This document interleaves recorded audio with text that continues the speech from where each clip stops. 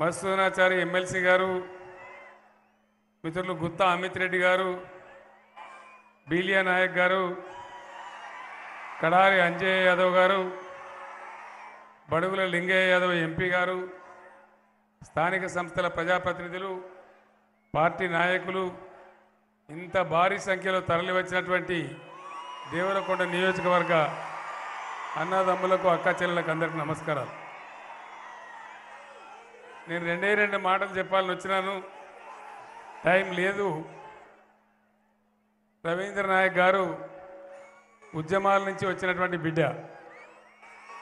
పార్టీలో చేరిన కాడి నుంచి డిండి నియోజకవర్గ పేదరికం గురించి, ఇక్కడ వ్యవసాయం గురించి, నీళ్ళ గురించి నాకు ప్రతిరోజు కూడా చెప్తూ ఉంటారు. నేను మీ అందరికీ మనవి చేసేది ఒకటే, కాంగ్రెస్ పార్టీ నాయకులే స్టేలు తెచ్చి ఆపడం వల్ల డిండి లిఫ్ట్ ఇరిగేషన్ పథకం కొంచెం ఆలస్యం జరిగింది. ఇప్పుడిప్పుడే కోర్టు చిక్కులన్నీ పోయినాయి. మన కేంద్ర ప్రభుత్వం కూడా 10 సంవత్సరాల సమయం తీసుకొని మొన్న నేను చెడామడా తిట్టిన తర్వాత ఈ మధ్యనే దాన్ని ట్రిబ్యునల్ రిఫర్ చేసినారు. రాబోయే కొద్ది రోజులలో డిండి లిఫ్ట్ ఇరిగేషన్ స్కీమ్ కంప్లీట్ కాబోతా ఉంది. అది అయిపోయిందంటే పాలమూరు ఎత్తిపోతలకు లింక్ ఉంది కాబట్టి అది అయిపోయిందంటే ఒక 5 రిజర్వాయర్లు, ఒక బ్యారేజ్ కూడా దేవరకొండలో వస్తూ ఉంది. పెద్ద ఎత్తున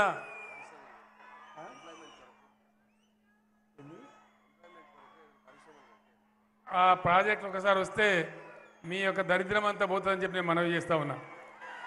మీ అందరికి నేను మనవి చేసేది ఒకటే, తెలంగాణ రాకముందు పరిస్థితి ఎట్లా ఉండే, ఈరోజు ఎట్లా ఉంది మీరు ఆలోచన చేయాలని కోరుతా ఉన్నా.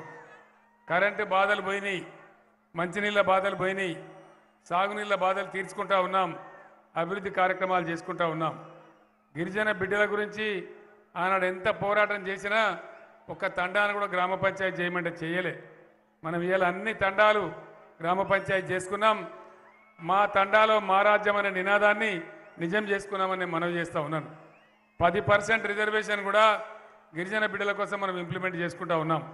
ఇది వెనుకబడిన ప్రాంతం కాబట్టి నాకు కూడా ప్రత్యేకమైన దృష్టి ఉంది. మంచి నాయకుడు, యువకుడు రవీంద్ర కుమార్ గారు చాలా చక్కటి ఎమ్మెల్యే మీకు ఉన్నారు. ఆయన ఎవరిని ఏ రకమైన బాధ పెట్టే వ్యక్తి కాదు, చాలా చక్కటి నాయకుడు కాబట్టి దయచేసి గతంలో ఎట్లయితే చేసినారో అంతకన్నా డబల్ మెజార్టీతో ఈసారి మీరు గెలిపించాలని చెప్పి నేను కోరుతా ఉన్నా. దేవరకొండలో నాకు తెలిసి చరిత్రలోనే ఇదే పెద్ద మీటింగ్ అని చెప్పి నేను అనుకుంటా ఉన్నా. నేను ఇంతకుముందు వచ్చినా కూడా ఇంత గొప్ప సమావేశం ఎప్పుడు జరగలేదు. మిమ్మల్ని ఇంతమందిని చూస్తేనే రవీంద్ర కుమార్ దగ్గర 70-80 వేల మెజార్టీతోని గెలిచిపోయిందని నాకు అర్థమవుతా ఉంది. దయచేసి అదే పద్ధతులలో మీరు వారిని గెలిపించాలని నేను కోరుతా ఉన్నా. మాకు అక్కడ భాస్కర్ రావు గారు కొద్దిగా టైం ఖరాబ్ చేసినారు. మిర్యాలగూడలో అర్ధగంట ముందే రావాలి మేము, కానీ ఆయన టైం తీసుకోవడం వల్ల హెలిప్యాడ్ దూరం పెట్టడం వల్ల మాకు ఆలస్యమైంది. నేను మళ్ళీ మీ దర్శనానికి తప్పకుండా ఎన్నికల తర్వాత వస్తాను. ఒక రోజంతా దేవరకొండలో ఉంటాను. ఇక్కడ ప్రాజెక్ట్ ఇవన్నీ కూడా చూసుకుందాం. ఆ రకంగా ఇక్కడ కొన్ని పరిశ్రమలు కూడా రావాల్సిన అవసరం ఉందని రవీంద్ర కుమార్ కోరుతా ఉన్నారు. 100% నేను మీతో పాటు ఉంటా అని చెప్పి నేను మనవి చేస్తూ ఉన్నా. వెనుకబడ్డ ప్రాంతాలు ఏ విధంగా తెలంగాణ కోసం కొట్లాడినేమో ఆ విధంగా ఇక్కడ కూడా పేదరికం పోవాలి కాబట్టి ఆ రకంగా చేసుకుందామని నేను తెలియజేస్తూ ఉన్నా. రైతు బంధు వద్దు అని ఒక కాంగ్రెస్ నాయకుడు, కరెంటు 3 గంటలు చాలు అని ఇంకో కాంగ్రెస్ నాయకుడు. మిమ్మల్ని నేను కోరేది ఒకటే, పార్టీ అన్నప్పుడు 3 పార్టీలు పోటీ చేస్తే 3 నిలబడతారు. వ్యక్తి ఓకే, కానీ ఆ వ్యక్తి వెనక ఏ పార్టీ ఉన్నది, ఆ పార్టీ చరిత్ర ఏంది, వాళ్ళ దృక్పథం ఏంది, ప్రజల గురించి వాళ్ళ ఆలోచన ఏంది, ఆలోచన చేయాలని నేను కోరుతా ఉన్నా.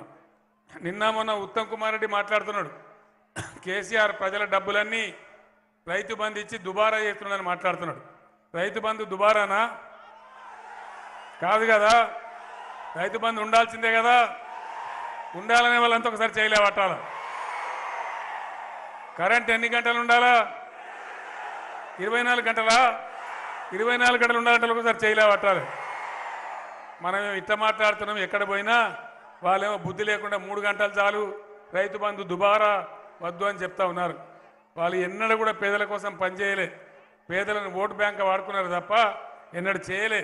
మనం రైతు బంధు ఇచ్చి రైతు బీమా ఇచ్చి నీటి తీరువా తీసేసి ఉచిత కరెంట్ ఇస్తే కొద్దిగా నిర్ణయాల రైతు లోకం బాగుపడతా ఉంది.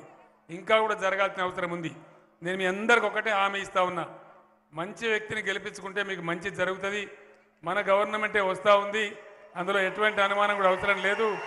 బ్రహ్మాండంగా ఈ రాష్ట్రాన్ని మీ ఆశీర్వచనంతో ముందుకు తీసుకొని పోదామని మనవి చేస్తూ, మీరు పెద్ద మనసుతో నన్ను క్షమించాలి. ఎందుకంటే హెలికాప్టర్ కొద్దిసేపు అయితే ఎగరదిగా, నేనంతా మళ్ళీ రోడ్డు మీద 150 కిలోమీటర్లు పోవాల్సి వస్తుంది. అందువల్ల నేను మిమ్మల్ని అందరినీ కోరేది ఒకటే, అగ్రికల్చర్ పాలిటెక్నిక్ కాలేజ్ కావాలని చెప్పి రవీంద్ర కుమార్ గారు చెప్తా ఉన్నారు. వారిని గెలిపియండి. ఎన్నికల తర్వాత నెల రోజుల లోపలనే జీవో ఇచ్చి దాన్ని తెచ్చే బాధ్యత నాది అని కూడా మనవి చేస్తూ, కారు గుర్తు కోటేయమని కోరుకుంటూ నేను మీ దగ్గర సెలవు తీసుకుంటా ఉన్నా. జై తెలంగాణ.